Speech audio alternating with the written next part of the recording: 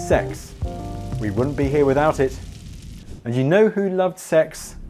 The Romans. From popular TV series to kinky paintings, there is a recurring image today of Romans as sex-mad degenerates. And although there are crazy sex stories in the dozens from the Roman period, when it comes to their sex lives, well, there's a lot to unpack. In this video, we're going to take a deep dive into it, so get ready. Lots of bonkers stuff coming your way. Sexual references aplenty. We're going to be talking about some of the maddest sex stories written by Roman authors. We'll explore the iconic erotic imagery that has been found in Roman sites all across the Mediterranean and beyond. Rob, why is there a huge penis on the wall? Well, it's a symbol of protection. We'll look at who it was and who it wasn't acceptable for Romans to marry, and just why gladiators became such sex symbols. Joining me is historian Honor Cargill-Martin, here to explain many of these stories much better than I ever could. Oh, and don't forget to like and subscribe.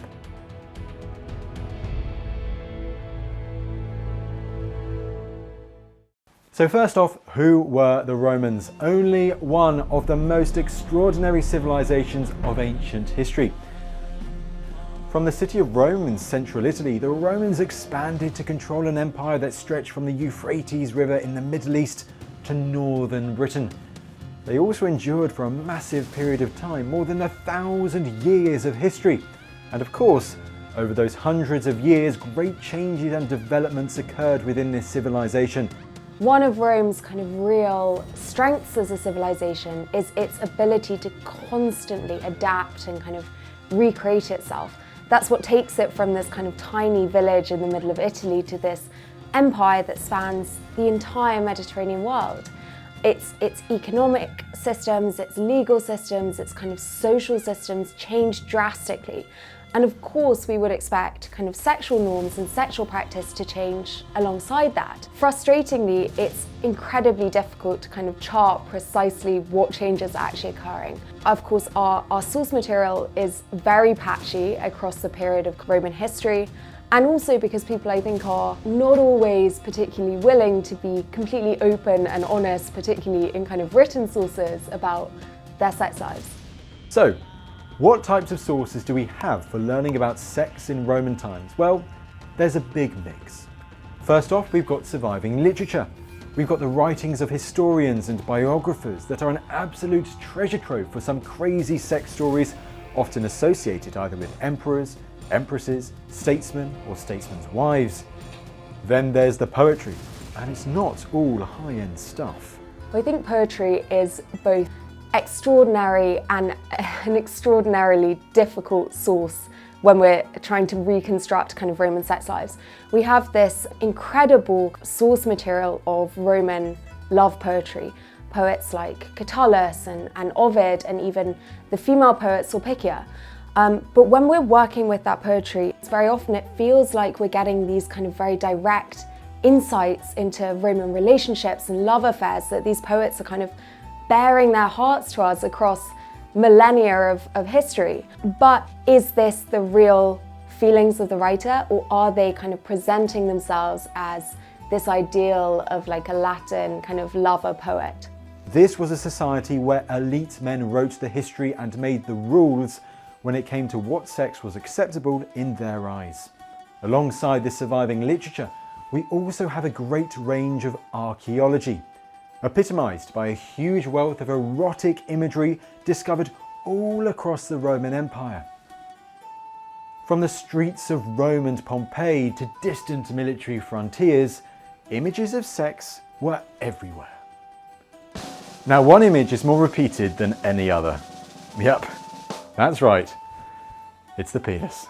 Depictions of phalluses can be found all across the Roman Empire, from Syria to Hadrian's Wall. Big question is why? Well, the Romans had a very patriarchal society. Its generals, governors, emperors, chief priests, poets, historians, and so on were almost always men. The phallus was a symbol of virility, of masculinity, that fit into Roman culture. But the phallus was also seen as lucky, a symbol used to ward off against bad luck and something called the evil eye. The evil eye is a type of folk belief that's very kind of common across the ancient world, and it is this fear that the malignant and particularly the envious gazes of others might place curses on you, particularly also your property and your family, your children especially. The phallus is thought to be a symbol that is very protective against that, partly because it's this symbol of masculinity and thus kind of control, dominance, physical threat even, and thus physical protection, but also partly because it seemed to be potentially a slightly ridiculous image. And that's why sometimes these kind of phallic symbols and phallic amulets that we find in Pompeii are really, really kind of wild and over the top. They've got wings, they've got literally kind of bells and whistles coming off them. The intention there is to make them as kind of ridiculous, as laughable, and thus as distracting to the evil eye as is possible. This is why you find depictions of penises on street walls, outside shops, on pendants, and so on. There are even a few examples visible on Hadrian's Wall. They're everywhere, in both everyday and military settings.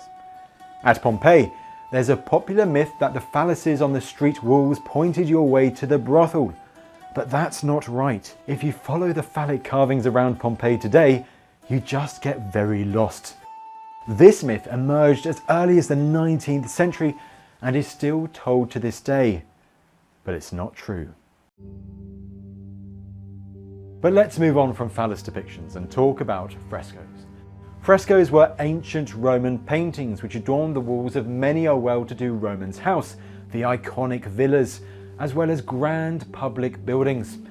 They could display a wide variety of topics, from gladiator fights to bread sellers to mythology to absolutely outrageous sex scenes. Sometimes these sexual frescoes were in very private places, like an elite couple's bedroom. Other times, well, they were much more public. And I think that's really interesting in terms of how we read it, because we perceive this to be distinctly erotic imagery, but we certainly don't only find it in the sort of places that you would want to be turned on, I suppose. It's not kept to the bedroom or to the brothel. And so I think that really makes us reassess how we read this imagery. Perhaps it's not always intended to be erotic. Perhaps it's also, to the Roman eye, just kind of part of a wider visual idiom, I suppose, that's meant to evoke beauty and sensuality and pleasure and luxury. These images weren't there to promote mad sex lives. If you told a Roman that, they'd be horrified. The Romans actually prided themselves on sexual moderation.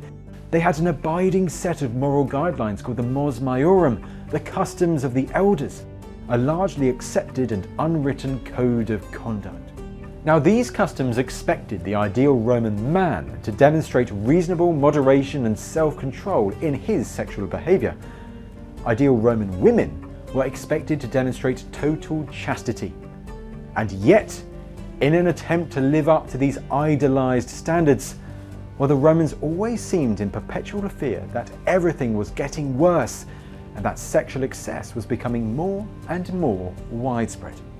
And in Greco-Roman culture, I think that there is this additional layer of sort of anxiety and justification of that, I suppose, in that they have this mythological story that the world begins in this sort of ideal age of gold, and then it degenerates into the age of silver and the age of bronze and so on. And that degeneration is the result of the moral weakness of man. Let's be honest, sex was everywhere. The Romans loved it. We wouldn't be here without it. But how much sex you could have and with who? Well, officially, that depended very much on your status in Roman society and your gender. Sex, to some extent, is always going to be entwined with status and gender. On some level, it's to do with power, and so it's going to be to do with status. And I think that those truths are redoubled in Roman society. It defines who you are allowed to have sex with and what sort of sexual acts you're allowed to engage in. So your choice of sexual partner, if you are a male senator, you might have very different options than if you are a kind of lower class woman. I think also there's this element in Roman thought about sexuality that places a huge degree of emphasis on penetration and this question of there being an active and a passive partner in the sexual act. And I think Once you're thinking about sexuality primarily through that framework, it becomes very natural to then use sex as a place to start to think about gender roles and kind of proper gender roles, and also as a place to think about status in terms of kind of dominance, control, power, agency, things like that. Let's start by talking about marriage. If you were a Roman man or woman, then you were almost certainly going to get married at some point. Marriage was something that was expected of a Roman, to continue the bloodline and do your duty to Rome. Women would marry very young, in their teens, usually to a man who was much older than themselves. Now, these marriages were rarely for love. They were primarily for uniting certain families and having children. Divorce was not uncommon. Either the man or the woman could initiate it. Remarriages also happened, sometimes more than once. Now, if you were a man, marriage did not stop you from having affairs. In fact, for elite men, this was normal, dare I say expected, behaviour. I think affairs are certainly seen as pretty acceptable for Roman men. That's partly reflective of kind of social norms and also the legal context of Roman society. Adulterium, as a crime in Roman law, is defined as sex with a married woman, and the marital status of the man is irrelevant. A married Roman man can have sex, say, with a prostitute or with an enslaved woman with no consequences at all. That's simply not defined as adultery under Roman law. Fears about sex and morality, I think, in Rome are much, much, much more connected to anxieties about sexual behaviour that will undermine the proper working of the kind of patriarchal functions of society. A Roman man could have affairs with women from lower classes in the Roman social hierarchy. This included freedwomen, i.e. slaves who had been freed, slaves, sex workers, and non-Roman citizens. Remember the famous Cleopatra? Well, in Roman eyes, it was possible for Julius Caesar to have his long and public affair with her because she wasn't Roman. She was the Queen of Egypt. All the while, Caesar's wife, Calpurnia, was forced to turn a blind eye to her husband's activities. But there were some women with which it was absolutely not okay for a Roman married man to have an affair with. This included Roman freeborn women, who were members of a social class born free from slavery. Roman kind of female chastity is seen to be a really significant kind of value in Roman society, in kind of ideal Roman society. And primarily the real concern is that in sleeping with a freeborn woman, either kind of before her marriage or during her marriage to another Roman citizen man, that is a real insult to either her father or to her husband, that it undermines his position as head of the household and that it is an affront to his dignity as a Roman citizen. Some priestesses were also out of bounds for married Roman men, particularly a group called the Vestal Virgins, a powerful and influential priesthood. If it was discovered that any man had sex with a Vestal Virgin, he would be publicly beaten to death, and the Vestal involved would be buried alive. For a Roman man, there was a clear list of what women he could and couldn't have an affair with. Although that didn't stop some very powerful men from bending the rules and taking to bed the wives of whichever Roman elites they wished. Julius Caesar has a sort of unparalleled reputation as a womanizer. When he returns from his wars in Gaul, during his triumphs, his troops are recorded as kind of having these satirical chants about him where they say essentially, "Lock up your wives, the bald adulterer is returned." Julius Caesar is rumoured to sleep with at least 2 foreign queens and a foreign king. He's also rumoured to have this long-running and pretty kind of well-known affair with Servilia, who is the mother of Brutus, one of his future assassins. Almost all Roman emperors have accusations made against them about either their womanizing or absolutely horrifying sexual kind of deviancy. There are very often rumours that emperors will invite senators to dinner, then kind of take their wives away to a bedroom, sleep with them and bring them back. It's a story that's told about Caligula, but it's also told about Augustus. Powerful men were allowed to bend the sexual rules in ancient Rome because ultimately, who was going to stop them? And I mean, I don't think we could kind of live in society today and be particularly surprised that, you know, men with a huge amount of power were able to undertake kind of sexual actions and fulfill sexual desires that we wouldn't generally deem to be appropriate. As a Roman woman, the list of people you could have sex with was much more strict. Officially, it was only your husband. In Roman society, having a chaste wife was super significant.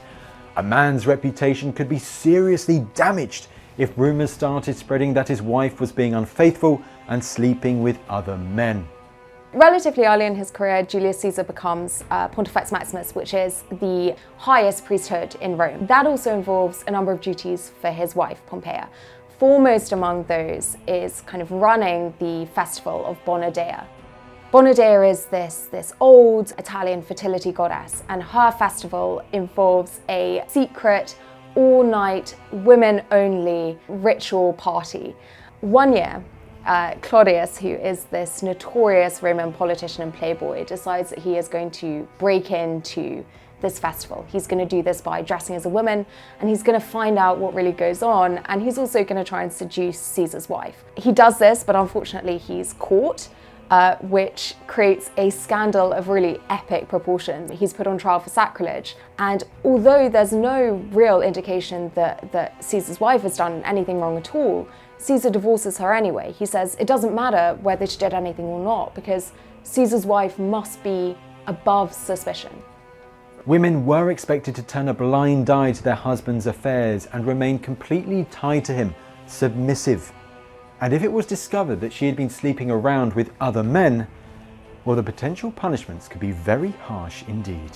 If a woman was found guilty of adultery under the Augustan laws, she would lose a third of her property, half of her dowry, and she would also be sent into exile for some period of time. Upon her return to Rome, she would be subject to infamia, so she would lose a number of rights of her kind of citizenship. She would be seen as lesser in society for the rest of her life. Right at the bottom of Roman society were those considered unsuitable for a Roman to marry in any circumstances. This included slaves. It is estimated that at the height of the Roman Empire, between 10 and 20% of its population was comprised of slaves. As history was often written by the elites, the stories of these mistreated people are often lost. But when it comes to sex, it was the slaves who were all too often objectified and taken advantage of. Most well-off Roman men would have had a slave or two in their household, being their property. The Romans saw it as absolutely okay for a master to have sex with their slave, whether the slave wanted it or not. Yes, that's right. A slave could be raped by their master without consequence. It's horrible. And although there was contraception back in Roman times, many slave women fell pregnant to their masters and gave birth to illegitimate children. If someone had sex with someone else's slave, then the owner could charge him with property damage and demand payment. Really grim. So although a Roman man could have sex with their slave, marrying them was a complete no-no. If the slave was freed and you were a lower ranking Roman, then marriage was less taboo, but for higher standing Romans it remained absolutely off the table. Gladiators were also viewed as unsuitable marriage partners. The Romans designated these professional fighters, often slaves themselves, infames, literally those without reputation. But this is an interesting and contradictory one, because at the same time, gladiators also developed a reputation in Roman society for being incredibly sexy. Well, I hate to be simplistic about it, but gladiators are, incredibly well-trained athletes, very skilled, well-built, icons not only of brawn but also of bravery. They're going into the arena and kind of fighting for their lives. Lots of people would argue that those traits are very attractive. On top of that, gladiators who are successful can accrue a huge amount of kind of fame. They get these legions of fans. And so there's also, I think, this star quality to it. There is a story about a very wealthy senatorial woman called Appia who runs away with a gladiator. I think its historical veracity is a little dodgy because it comes from the satirist Juvenal, but it's a fantastic and I think quite an instructive story nonetheless. So this senatorial wife, Appia, runs away with this senator, and Juvenal says that he is hideously ugly. He's kind of been absolutely bashed about in the arena for years, and they elope together to Egypt, and the sea crossing is incredibly uncomfortable, incredibly sort of painful. And Juvenal says that Appia, she's been brought up in luxury, she's used to kind of feather beds, and now she's sleeping on the board of this ship. And she doesn't care about any of it, purely because her lover is a gladiator. Gladiators were sexy, and no doubt many a Roman had flings with them, men and women. But to marry one was seen as super shameful and forbidden. It was a similar story with actors. The Romans also designated these public performers as infames. They were also often slaves or ex-slaves and had great sex appeal. Notable Romans were known to have had flings with actors, but to marry one was forbidden. It's the fact that they occupy this quite like unstable position in Roman society, because they're generally slaves or ex-slaves, but they can also, if they're successful, kind of accrue a huge amount of fame and fortune, take themselves into the sort of social milieu of the upper echelons of Roman society. And so I think there is this anxiety that these might be figures who are potentially destabilizing. And so there's this desire to sort of brand them with this legal status of infamia. Actors and gladiators were both considered part of the infames class, as too were sex workers. Sex work and Romans goes as far back as their mythical foundation story in the 8th century BC. Now the story goes that the twins Romulus and Remus were suckled by a lupa, a she-wolf, in their infancy. But lupa was also the Latin word for a female sex worker. So there is an alternate story where Romulus and Remus were in fact raised by a sex worker. Some sexual activities were often seen as more taboo than others. Oral sex was seen as unacceptable, especially if it was the man who was giving pleasure. Not only was the mouth seen as sacred, but the idea of Roman men being submissive to a woman in the bedroom was frowned upon. Threesomes and foursomes were also seen as unacceptable, which leads us on nicely to one of the biggest myths of all, the Roman orgy. Now today, there is this popular image of decadent Roman elites gouging themselves in endless amounts of food and wine at banquets before the night descended into a scene of great sexual depravity, everyone going at it. It's something we hear about, but the evidence for this is actually really slight. Public sex was not something that the Romans were big fans of. It's true that there are stories of leading Roman figures such as emperors attending dinner parties and banging a senator's wife, but he wouldn't go and have sex with her there and then. They go somewhere more private. Likewise, the myth that ancient Roman religion was filled with sex fest ceremonies is also fake news. Purification was a massive part of Roman ritual, and it was necessary for anyone taking part to wash before attending, especially if you just had sex. The origins of the Roman orgy myth may well be the writings of early Christians. Now these figures were keen to distinguish themselves from their pagan predecessors, and what better way to do that than by painting certain parts of Roman religion as including taboo, scandalous activities like orgies. Later on, in roughly the 18th century, this myth also became attached to non-religious events such as the elite Roman banquet. So what about homosexuality in Roman society? Well, before the rise of Christianity, same-sex relations were acceptable for Roman elite men, but there were conditions. Firstly, the Roman elite man had to be the penetrator. Penetration was seen as the man's work. The penetrated was seen as effeminate. Secondly, your partner had to be someone of lower class, for instance a slave or freedman. Horrifically, these same-sex partners were often much younger, to the grim extent of adolescent slave boys. Perhaps the most famous case of a same-sex relationship in ancient history is that of the Emperor Hadrian and his younger lover Antinous. Hadrian becomes Emperor of Rome in 117 AD, and he spends a lot of his reign on these sort of vast tours around his empire. And on one of these tours, he seems to meet this very young man called Antinous, who comes from Bithynia, which is in modern-day Turkey. And at some point they become lovers, and Antinous becomes his favourite and accompanies him on this tour of the eastern part of his empire. They visit Athens, they go kind of see the grave of Alexander the Great.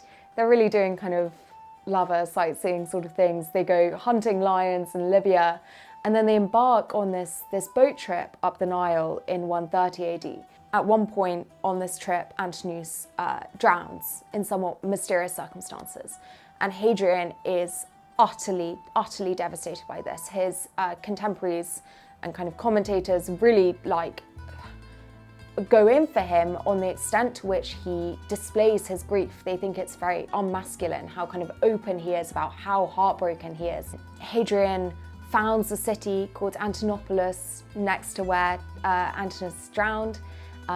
He claims that he's seen this new star in the sky, and that star is Antinous' soul, kind of enthroned in the heavens. He deifies Antinous and demands that he be worshipped as a god throughout the empire. And this is really kind of criticized and sort of laughed at slightly by writers, but it's actually very successful. Antinous' cult seems to be very popular, it spreads throughout the empire, and actually after Hadrian himself and after the Emperor Augustus, Antinous is the person in the Roman Empire for whom we have the most surviving images. We find coins showing him as a god as far north as Britain, and his cult survives in some places right into the 4th century AD. Now, in public circles, similar to how a man's reputation could be tarnished if reputable stories of his wife's unfaithfulness spread around, an elite figure's reputation could also be massively damaged if rumours emerged that he had submitted to another man in a homosexual relationship. Julius Caesar was the subject of one such smear when he was a young man at the court of the Bithynian king Nicomedes IV. Enemies attacked him for supposedly submitting to Nicomedes and was called the Queen of Bithynia. Prior to the advent of Christianity, Rome doesn't think in terms of heterosexuality and homosexuality. It's not really that concerned with desire. So it doesn't really concern itself with whether you want to sleep with men or women, it concerns itself with how you do it. As I've mentioned, for Roman writers and orators, a great way to smear an opponent and their legacy was to record outrageous stories about their sexual escapades. And these were regularly aimed at the figures right at the top. Statesmen like Julius Caesar, but also Roman emperors and empresses. It's these figures who have perhaps unintentionally left us some of the juiciest and most vivid Roman sex stories. Firstly, people absolutely love a celebrity sex scandal, and emperors and empresses are some of the most recognizable people in the Roman world. I don't think it's surprising or unnatural that people living in the Roman Empire were kind of gossiping about rumors about the sex lives of their rulers. But I think more significantly than that, sex is so bound up, particularly in Roman thought, with questions of kind of power, particularly abuses of power. And so I don't think it's at all surprising that we very often see bad emperors, but people who are thought of to be kind of bad rulers, being sort of branded with these stories about sexual deviancy, because I think it's a very useful way for thinking about kind of what is a good and what is a bad ruler. Many empresses were the victims of these stories. Perhaps most interesting of all is the tale of Messalina. So Messalina was a Roman empress in the 40s AD. She was one of the wives of the Emperor Claudius, and she is one of the most sexually notorious figures of the Roman Empire. There are some of the stories that are told about her are absolutely wild. It's claimed that she leaves the palace every night to go and work in a low-class brothel, and that she still returns unsatisfied, that she has a 24-hour sex competition with the most notorious prostitute in Rome, and that she wins with a total of 25 partners. And I think what's really interesting is that here we're seeing stories about kind of inappropriate sexual behavior being used against a woman in order to denigrate her political agency and position. Many Roman emperors were also targeted in hostile biographies designed to damage their reputations, often filled with details about their absolutely scandalous love lives. None more so than the Emperor Nero. What we hear and what we know about Nero's love life, I would say, are two very different things. So we know that Nero was married 3 times and that he also had quite a long-standing affair with a freed woman named Acte and was very kind of open about that. She was almost like his acknowledged mistress. What we hear about Nero's sex life, that is an entirely different matter. We basically hear that he breaks absolutely every taboo that Roman thought about sex has to offer. So we hear that he sleeps with the wives of senators, that he debauches freeborn Roman men, that he tries to sleep with, or perhaps is successful in sleeping with, his own mother, that he debauches a Vestal Virgin. So that's essentially pretty much every taboo ticked off. And then there are also some more kind of creative stories. After he murders one of his wives, he then finds a young boy who looks very like her, castrates him, dresses him up in the kind of bridal dress of a Roman woman, marries him, and calls him his wife. We also hear that in another mock wedding, Nero himself takes on the role of the bride. We also hear that he enjoys dressing up as an animal, tying people to stakes, and forcibly performing oral sex on them. Well, there you have it. An introduction to Roman sex lives. From raunchy emperors to running away with gladiators, it's a topic that continues to bring in huge audiences across the media world today. Whether that be movies, TV shows, podcasts, articles, or even YouTube videos like this one. There's just something about Roman sex and sexuality that can't help but fascinate so many of us today. I think what I find so interesting about the subject of Roman sex and sexuality is the fact that it, I think, at one and the same time reminds us of our connection to and our distance from the ancient world. Because these are people who want love, feel emotion, experience sexual desire, just as we do, and that's clear to see. But they also think about and speak about those emotions and those desires using a framework that is just entirely different from our own. And I think it really encapsulates sort of the joy of studying ancient history in general, in that it's this consistency of human nature to some degree, but also this sort of total inconsistency and change of human civilization. Thanks for watching. If you want to learn more about the Romans, then do check out History Hit TV, where we have a huge archive of documentaries about Roman history available. Please like, subscribe, and let us know your thoughts in the comments.